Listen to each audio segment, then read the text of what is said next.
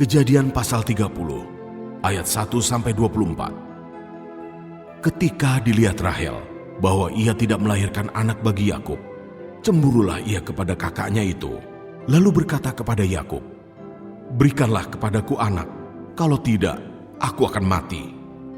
Maka bangkitlah amarah Yakub terhadap Rahel, dan ia berkata, "Akukah pengganti Allah yang telah menghalangi engkau mengandung?" Kata Rahel, "Ini Bilha, budakku perempuan. Hampirilah dia, supaya ia melahirkan anak di pangkuanku, dan supaya oleh dia aku pun mempunyai keturunan." Maka diberikannya Bilha, budaknya itu, kepada Yakub menjadi istrinya, dan Yakub menghampiri budak itu. Bilha mengandung, lalu melahirkan seorang anak laki-laki bagi Yakub. Berkatalah Rahel, "Allah telah memberikan keadilan kepadaku, juga telah didengarkannya permohonanku, dan diberikannya kepadaku seorang anak laki-laki. Itulah sebabnya ia menamai anak itu Dan."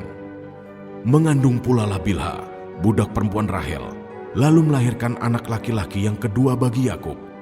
Berkatalah Rahel, "Aku telah sangat hebat bergulat dengan kakakku, dan aku pun menang." Maka ia menamai anak itu Naftali. Ketika dilihat Lea bahwa ia tidak melahirkan lagi, diambilnyalah Zilpa, budaknya perempuan, dan diberikannya kepada Yakub menjadi istrinya. Dan Zilpa, budak perempuan Lea, melahirkan seorang anak laki-laki bagi Yakub.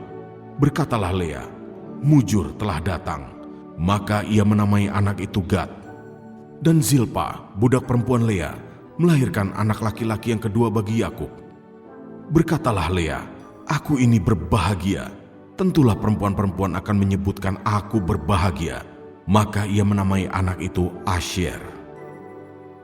Ketika Ruben pada musim menuai gandum pergi berjalan-jalan, didapatinyalah di padang buah Dudaim, lalu dibawanya kepada Lea, ibunya. Kata Rahel kepada Lea, "Berilah aku beberapa buah Dudaim yang didapat oleh anakmu itu."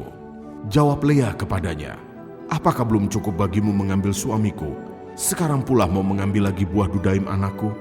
Kata Rahel, "Kalau begitu biarlah ia tidur dengan engkau pada malam ini sebagai ganti buah Dudaim anakmu itu." Ketika Yakub pada waktu petang datang dari padang, pergilah Lea mendapatkannya sambil berkata, "Engkau harus singgah kepadaku malam ini, sebab memang engkau telah kusewa dengan buah Dudaim anakku." Sebab itu tidurlah Yakub dengan Lea pada malam itu. Lalu Allah mendengarkan permohonan Lea. Lea mengandung dan melahirkan anak laki-laki yang kelima bagi Yakub. Lalu kata Lea, "Allah telah memberi upahku, karena aku telah memberi budakku perempuan kepada suamiku." Maka ia menamai anak itu Isakar. Kemudian Lea mengandung pula dan melahirkan anak laki-laki yang keenam bagi Yakub. Berkatalah Lea, "Allah telah memberikan hadiah yang indah kepadaku.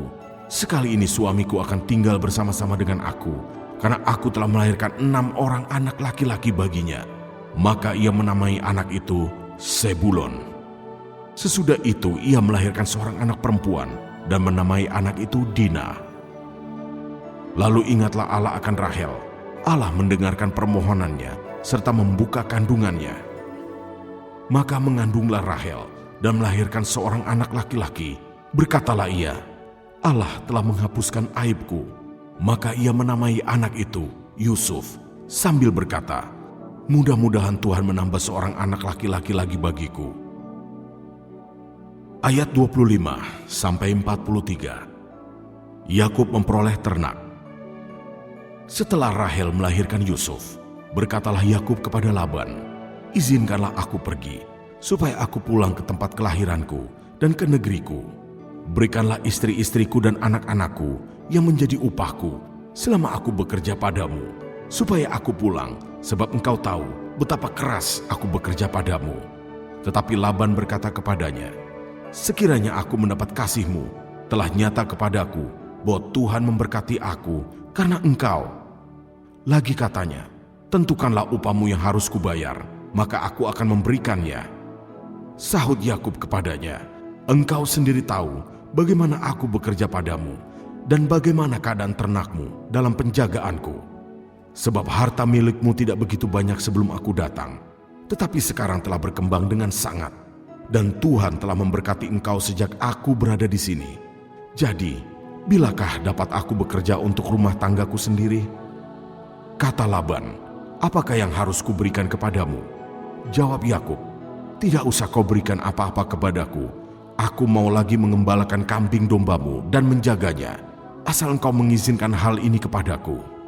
Hari ini aku akan lewat dari tengah-tengah segala kambing dombamu dan akan mengasingkan dari situ setiap binatang yang berbintik-bintik dan berbelang-belang, segala domba yang hitam dan segala kambing yang berbelang-belang dan berbintik-bintik.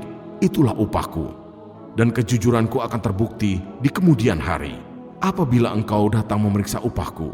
Segala yang tidak berbintik-bintik atau berbelang-belang di antara kambing-kambing dan yang tidak hitam di antara domba-domba, anggaplah itu tercuri olehku." Kemudian kata Laban, "Baik, jadilah seperti perkataanmu itu." Lalu diasingkannyalah pada hari itu kambing-kambing jantan yang bercoreng-coreng dan berbelang-belang, dan segala kambing yang berbintik-bintik dan berbelang-belang, segala yang ada warna putih pada badannya, serta segala yang hitam di antara domba-domba, dan diserahkannyalah semua itu kepada anak-anaknya untuk dijaga. Kemudian Laban menentukan jarak 3 hari perjalanan jauhnya antara dia dan Yakub.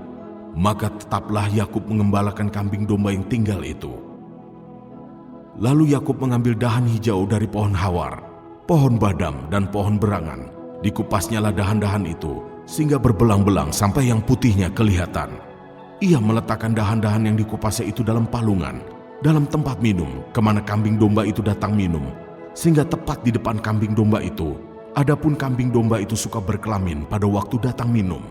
Jika kambing domba itu berkelamin dekat dahan-dahan itu, maka anaknya bercoreng-coreng, berbintik-bintik dan berbelang-belang. Kemudian Yakub memisahkan domba-domba itu. Dihadapkannya kepala-kepala kambing domba itu kepada yang bercoreng-coreng dan kepada segala yang hitam di antara kambing domba Laban. Demikianlah ia beroleh kumpulan-kumpulan hewan baginya sendiri dan tidak ditempatkannya pada kambing domba Laban. Dan setiap kali apabila berkelamin kambing domba yang kuat, maka Yakub meletakkan dahan-dahan itu ke dalam palungan di depan mata kambing domba itu, supaya berkelamin dekat dahan-dahan itu. Tetapi apabila datang kambing domba yang lemah, ia tidak meletakkan dahan-dahan itu ke dalamnya. Jadi hewan yang lemah untuk Laban dan yang kuat untuk Yakub. Maka sangatlah bertambah-tambah harta Yakub, dan ia mempunyai banyak kambing domba, budak perempuan dan laki-laki, unta dan keledai.